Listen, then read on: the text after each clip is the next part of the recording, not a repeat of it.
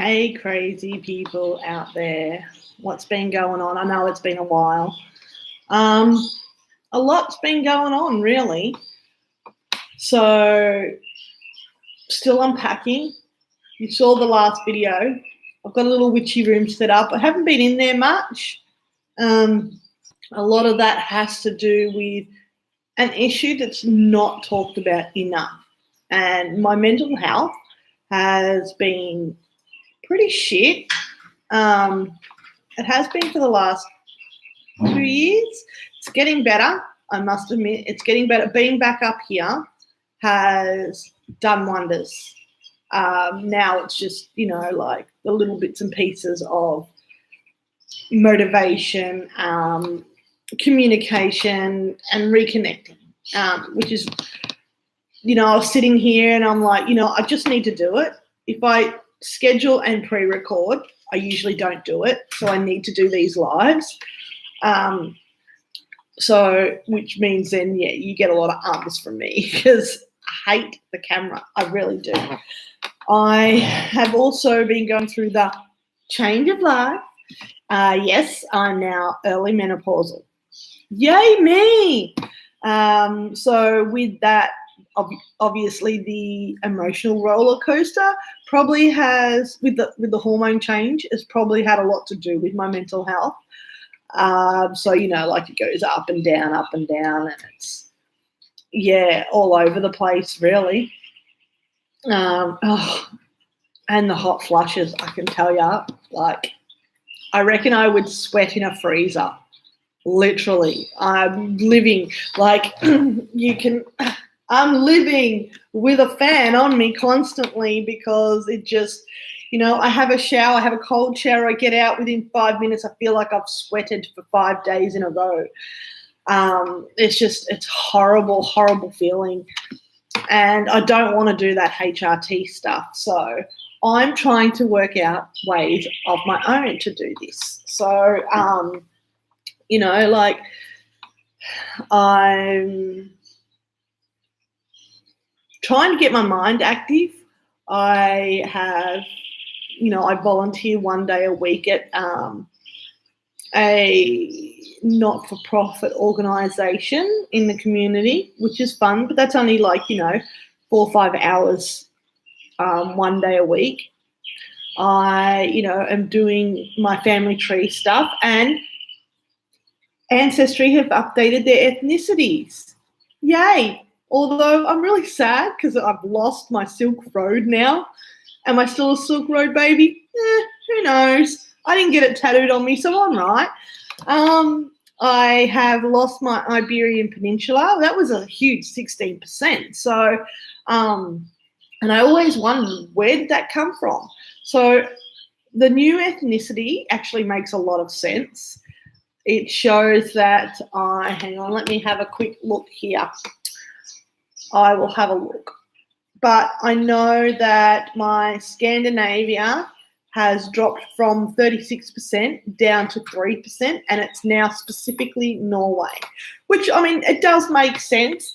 If you research my mum's paternal surname, that has possible connections to Old Norse, meaning God's cauldron, or, like Odin's cauldron or something like that. So, that does make sense. The fact that I have a lot of Scottish ancestry also makes a lot of sense, that there's some Norway in there. It's probably a long way back, but so I'm now 69%.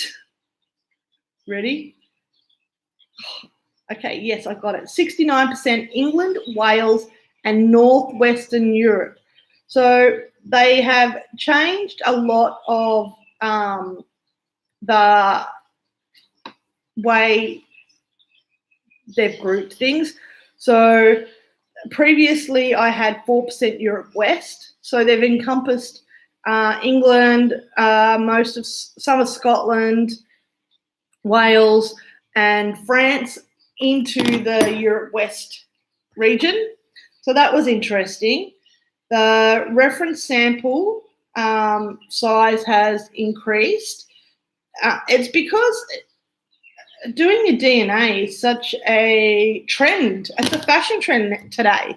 Like the amount of people that are getting it just to say they've either got Viking blood or Celtic blood, or which you can't have Viking blood. I'm sorry. Viking was an actual job description, and it was also a time period, but you can have had ancestors that lived in the Viking age that come from that region, so, yeah. And I've also been taking time to help with my kids. My son, he's doing awesome. A couple of years ago, I'm going to turn my phone on mute, sorry. A couple of years ago, as you would know, that he suffered some really severe depression and I had to homeschool him. He's on the spectrum. But moving down south helped a lot, getting him out of that environment. And moving back here is just awesome for him. Like, he loves it back up here.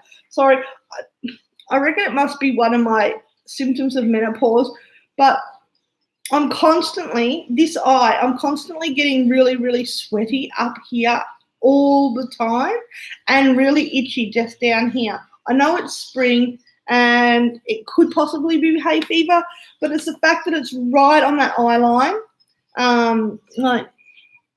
You can see I've actually got a bald spot on my eye from scratching it so much just there, and the sweat that's just sitting on that one eye. I don't know. Back to the story. So my son is doing awesome. Now, his twin sister, she's had a bit of a harder time transitioning back up here. So I've been taking a lot of time to spend with her, also catching up with my elders too. I was away for 18 months and I missed some major, major milestones with her. I missed her 18th birthday. I missed her high school graduation. They're really, really important things and I miss them all. So I'm spending that time now to reconnect with her and things like that. Which is really, really good. Catching up with my best friend, which is awesome. What else is there? What else has been happening? I think it's just, it's mainly, sorry, I've got to drink lots of water because I'm sweating so much. I need to keep my water up. But yeah, I wanted to get on here and I really, really did want to talk about mental health because it's not talked about enough. It's, it's hush, hush. And especially being September, which, Are You OK Day is in September. National Suicide Awareness Month is September. Lifeline. There's Beyond Blue. There's the Black Dog Institute. Australian farmers are struggling at the moment because there's massive drought happening. So, farmers are at a high risk of depression and suicide. And just, everyone has moments of downtime and then there's, others who just can't find their way out, I know Brooke from Crystal Moon. I will put a link later on to her channel. She, had a little talk about Are You OK? And it's really important. It is really, really important, especially families who have a history of depression. Today's society really is not, I suppose, cyberbullying and things like that is a real issue.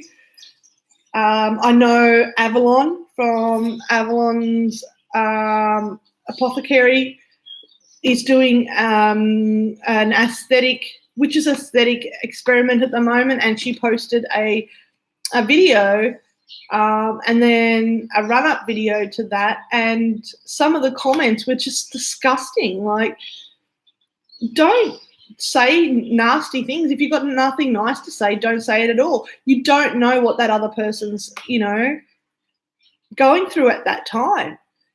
Sometimes it can be a matter of, it's just the straw that broke the camel's back.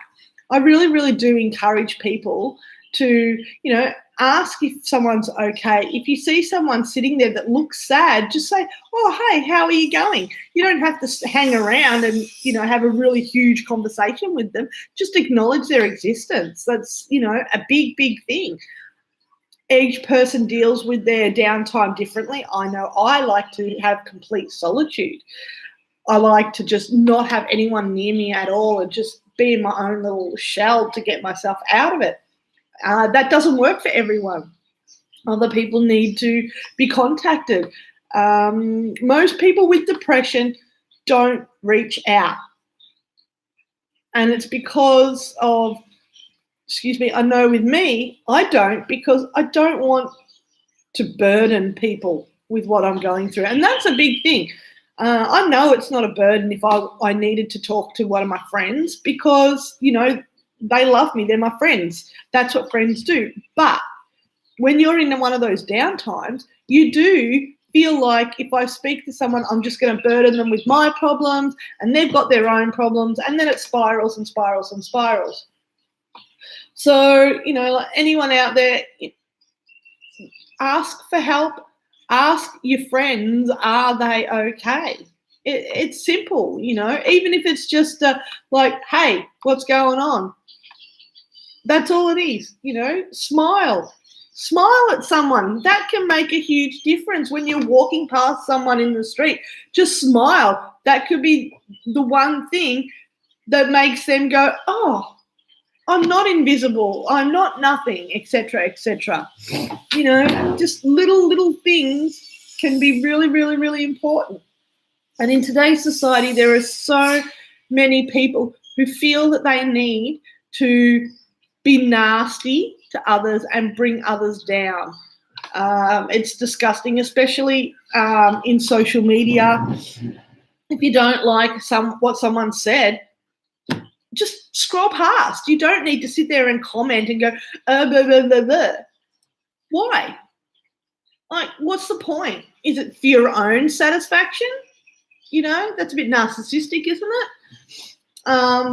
Okay, so I've spoken about that. Anyone who's followed me on Instagram and stuff will know that I dyed my hair green a few months ago. Well, it's still a little green. I don't know what to do.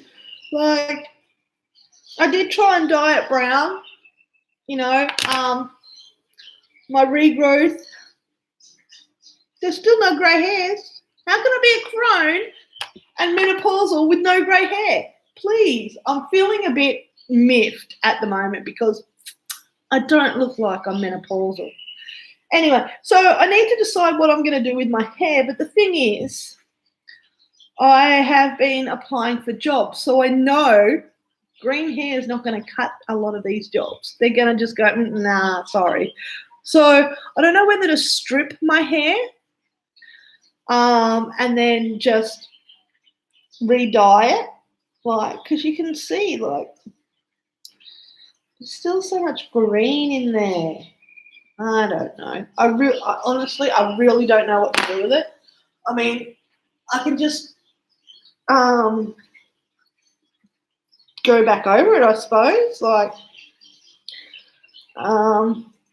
What else has been going on? My health. My health is getting really good. I enjoy being back up here because living up here, you want to eat healthy. When down south, when it gets cold in winter, you just want to eat lots of warm, hearty meals, lots of carbs. Carbs aren't good for you if you eat them in excess, that's for sure. And up here, you don't have that need to do that. So what else has been going on? Not much, really. I just wanted to get on there and do this live and just say, hey, I'm here. I've had some downtimes. I'm working through that. I have some little projects in my head that I want to do, but I still feel like I'm in a bit of chaos and I haven't really still settled yet. it can take me a long time to actually settle and get into a proper routine. It's, I mean, as much as I love to move around, and I think that's, why I take so long to settle, because I don't like settling. I like to keep moving. I've got a bit of a gypsy nature at heart. So, this move is a long-term move. The cat, he's only 8 years old, and I plan on staying in this house until he passes away. So we've probably got another 8 years at least. So I just wanted to make sure that you all knew that, hey, I'm still here, I'm alive. Just going through some shit, trying to work shit out, as we do.